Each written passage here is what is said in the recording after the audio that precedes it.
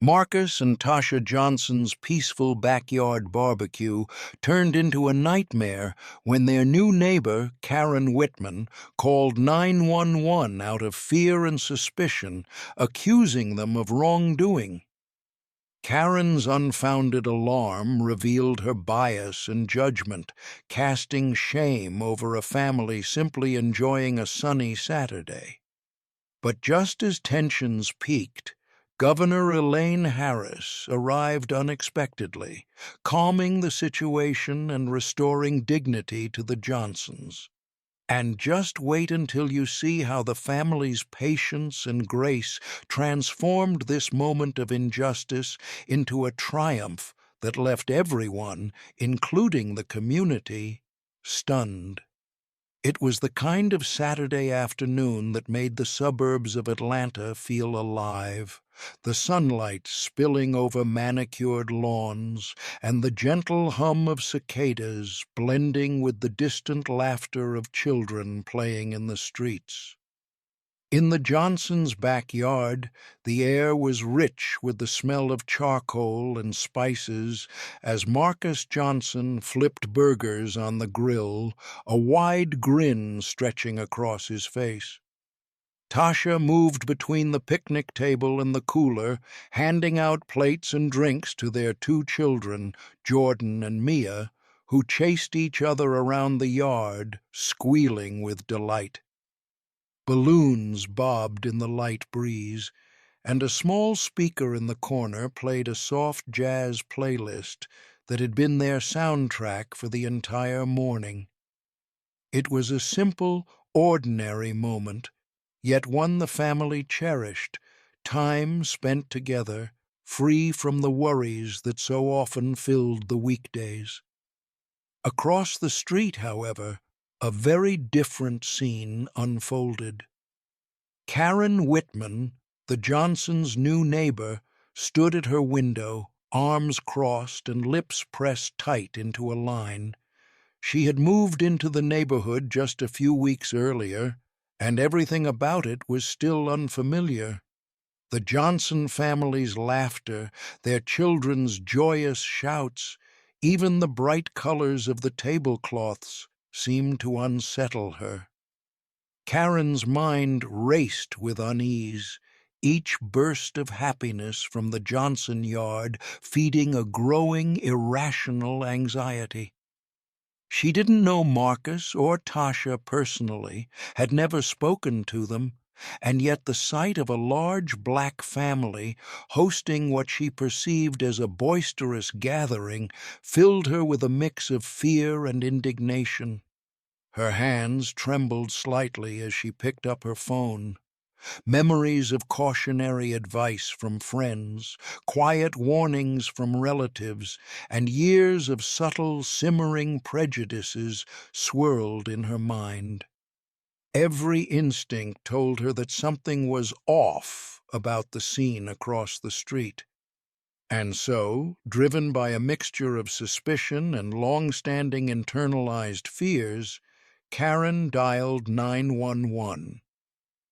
"There's a suspicious gathering happening at the Johnsons' house," she told the operator in a measured voice, each word precise, as if the situation itself demanded formal reporting. She described the backyard in detail, mentioning the number of people present and the laughter that seemed to her too loud, too boisterous, too intrusive. She didn't pause to consider that this was a normal family enjoying a weekend. To her, the gathering itself was the problem.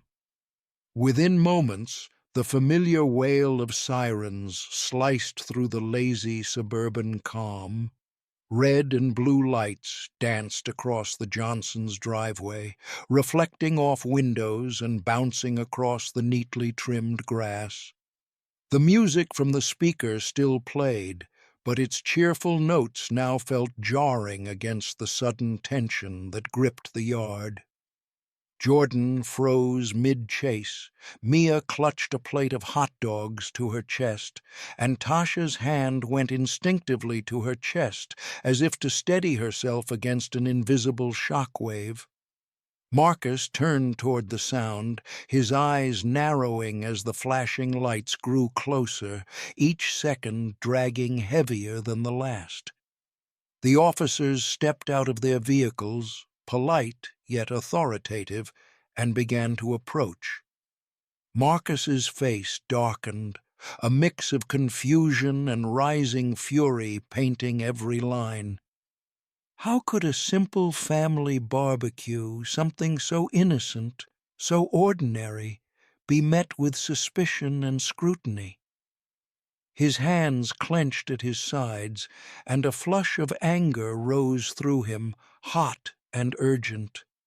The warmth of the afternoon, the laughter, the simple joy of being together, it all seemed to vanish in an instant, replaced by a surreal sense of accusation and injustice.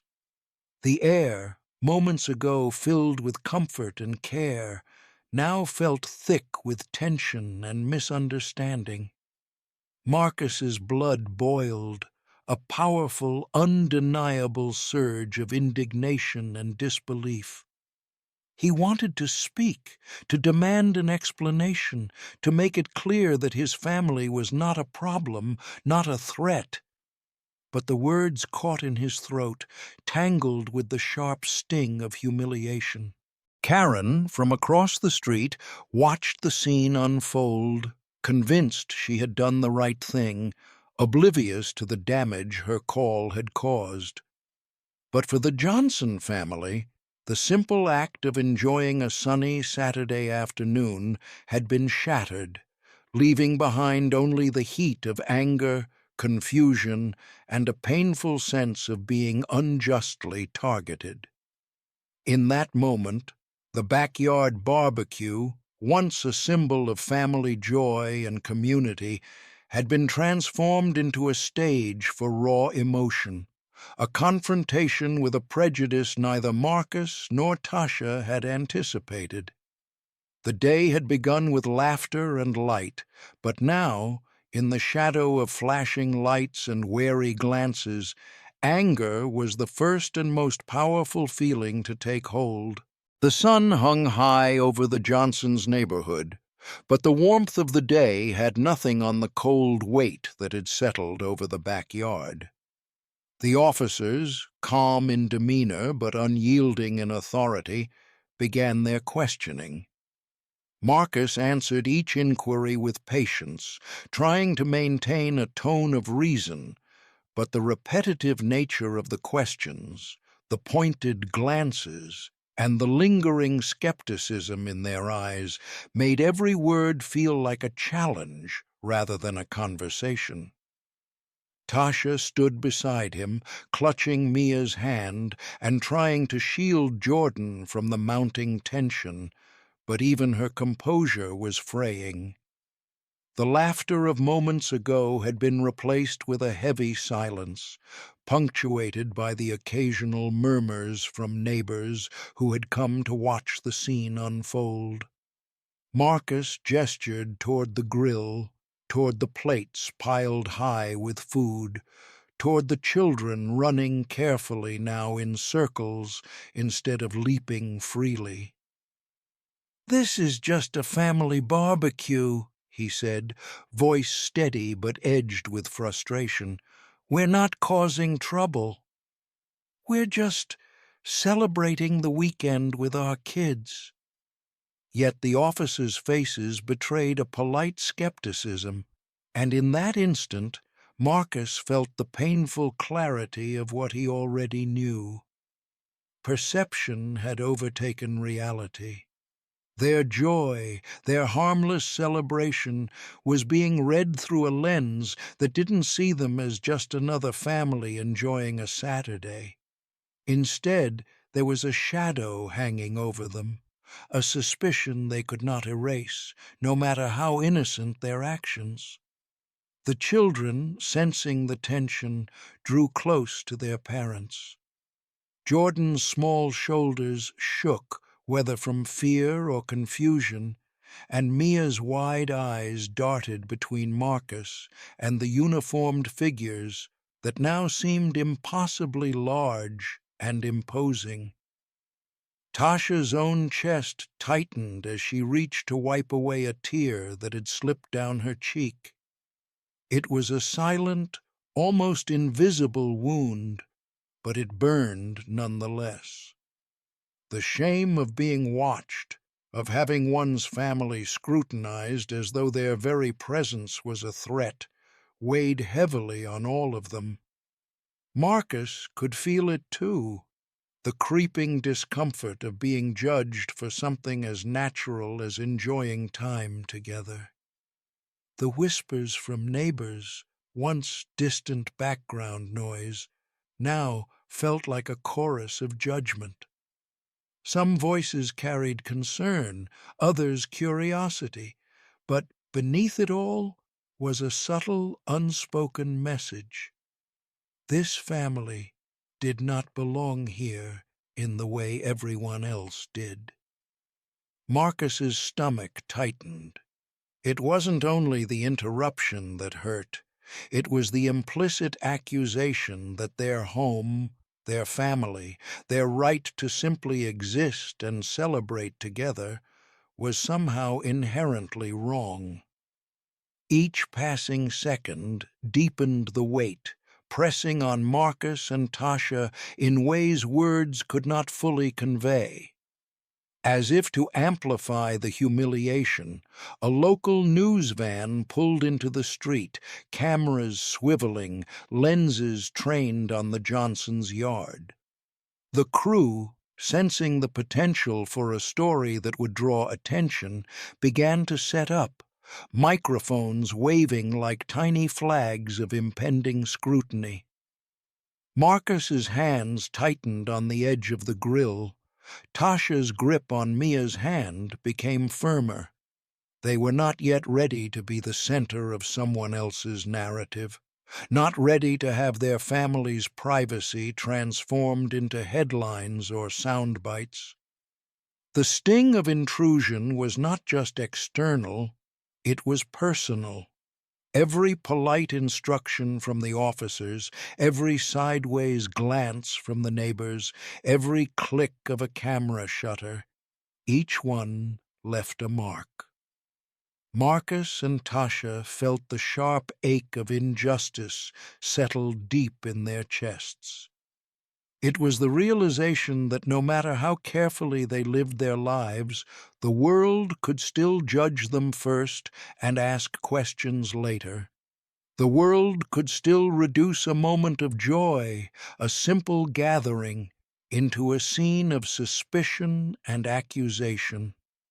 The sense of unfairness, subtle yet profound, wrapped itself around the family, leaving them both exhausted and angry in ways they could scarcely articulate.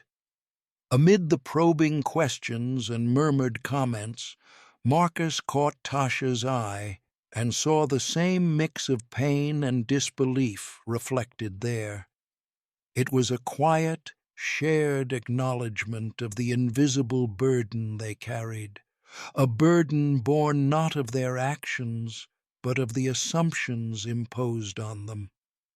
The backyard, once a place of laughter and freedom, had become a stage for silent suffering. And in that suspended moment, Marcus understood that the real weight of the day was not the interruption of their barbecue, but the reminder that even in the most ordinary spaces, prejudice could still find a foothold.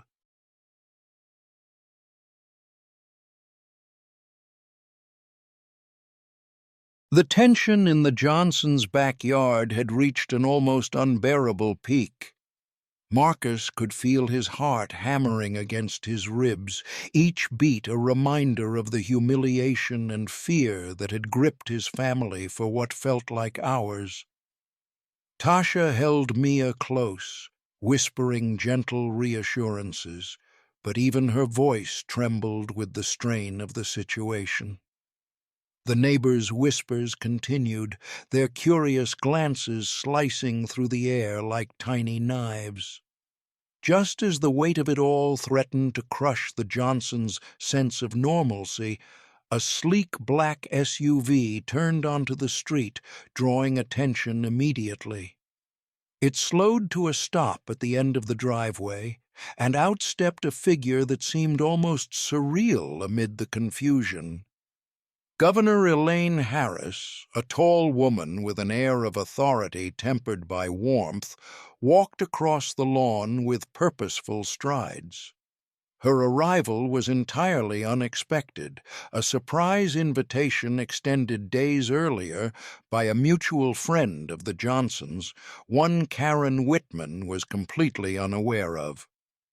Governor Harris's eyes scanned the scene carefully, taking in the police officers, the tense family, and the neighbor observing from across the street.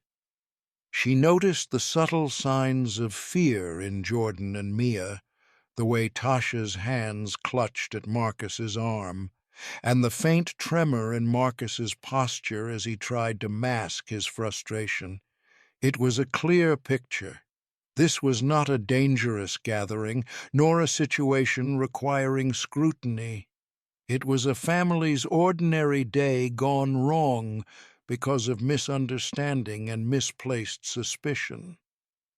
With calm authority, Governor Harris called out, "Let's pause for a moment, please." Her voice was firm but gentle, carrying an undeniable weight that immediately drew attention. The officers halted mid-step, the neighbors quieted, and Karen, frozen at the edge of her yard, blinked in disbelief. Harris approached the Johnsons first, kneeling slightly to meet the children's wide-eyed gaze. "I understand this was alarming," she said softly to Marcus and Tasha, "but I want to assure you that there's been a misunderstanding. Let's clear the air." Her presence alone seemed to shift the energy of the yard. The tension that had been suffocating the Johnsons lifted slightly, replaced by a flicker of reassurance. Karen, standing awkwardly across the street, now found herself confronted directly. Governor Harris turned to her, calm yet unmistakably firm. "Ma'am, I understand concerns arise, but it's clear this family was simply enjoying a private gathering. I hope you can see how your assumptions caused unnecessary harm." Karen's face flushed as she realized the implications of her call, the way a moment of suspicion had escalated unnecessarily, casting shadows over an innocent celebration. For the first time, the absurdity and gravity of her actions became undeniable, and a wave of embarrassment washed over her, mingling with the faint glimmer of understanding that maybe she had overstepped. As Governor Harris moved further into the yard, she began chatting with the family, asking about the grill, the children's games, even the playlist of music that still hummed softly in the background. She laughed easily with Jordan and Mia when they shyly explained their favorite songs, and when Marcus offered her a spatula, she smiled and flipped a few burgers herself, joking about her lack of culinary skill.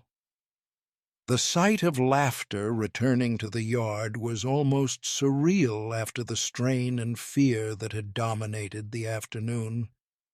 Marcus, standing beside Tasha, felt a warmth returning to his chest, a sense of relief that was nearly intoxicating. The anger and humiliation of earlier moments began to ebb, replaced by a cautious optimism. In that instant, he realized that justice sometimes came not through confrontation or argument, but through clarity, empathy, and the intervention of someone willing to see the truth. The governor's presence, a symbol of fairness and perspective, reminded him that the world was not entirely hostile, that there were individuals who could recognize wrongdoing, address it, and restore dignity.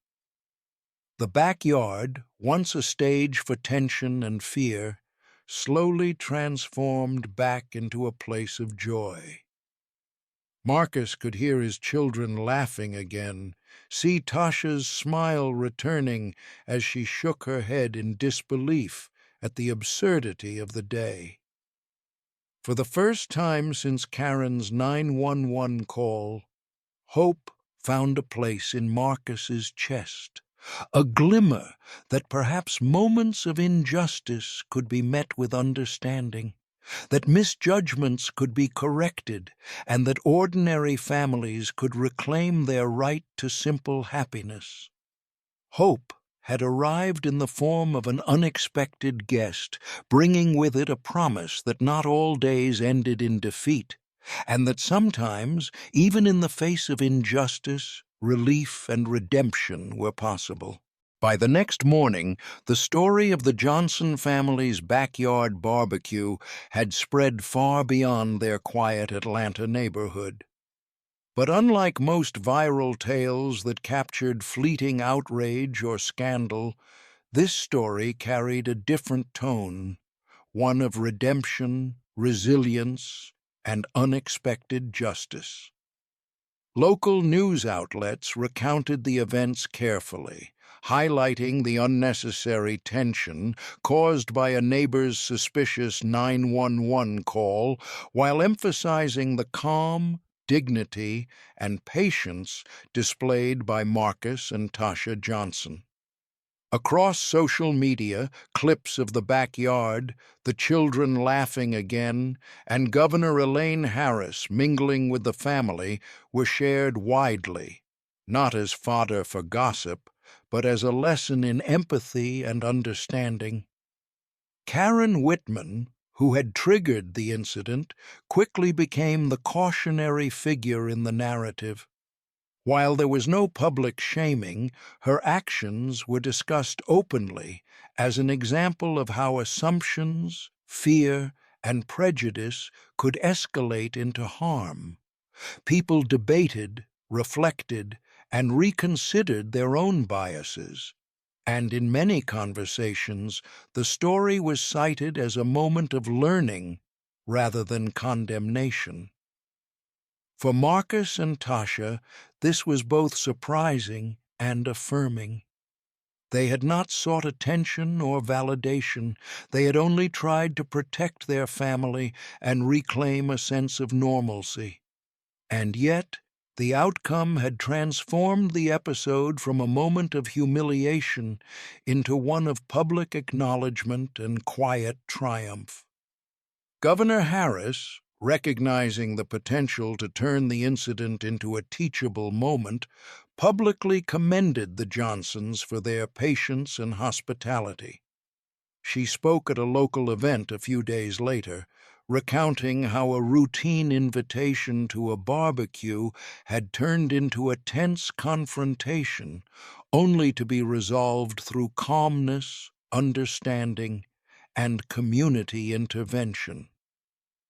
The Johnson family reminded us all, she said, that patience, dignity, and the courage to remain composed under pressure can transform even the most unjust situations. Their example is one we should all aspire to follow.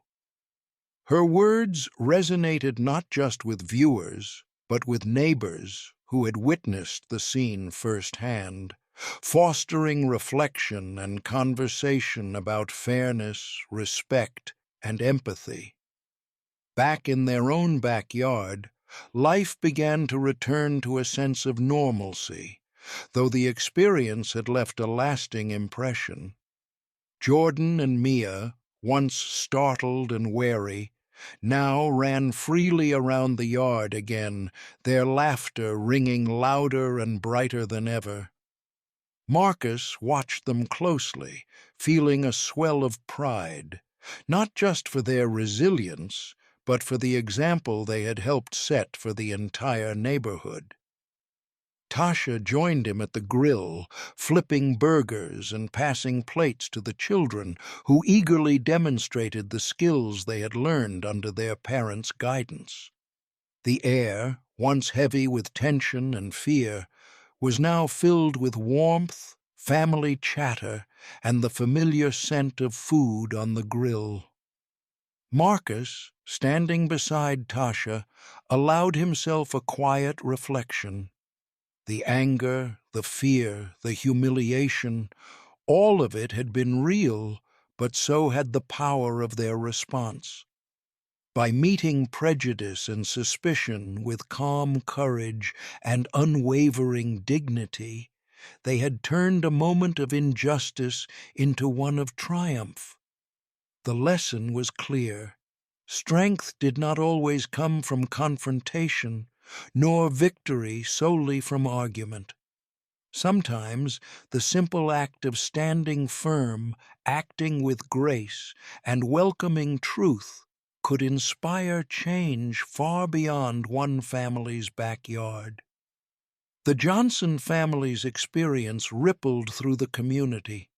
Neighbors began to engage in more thoughtful dialogue, considering how assumptions could harm others and how empathy could prevent unnecessary conflict.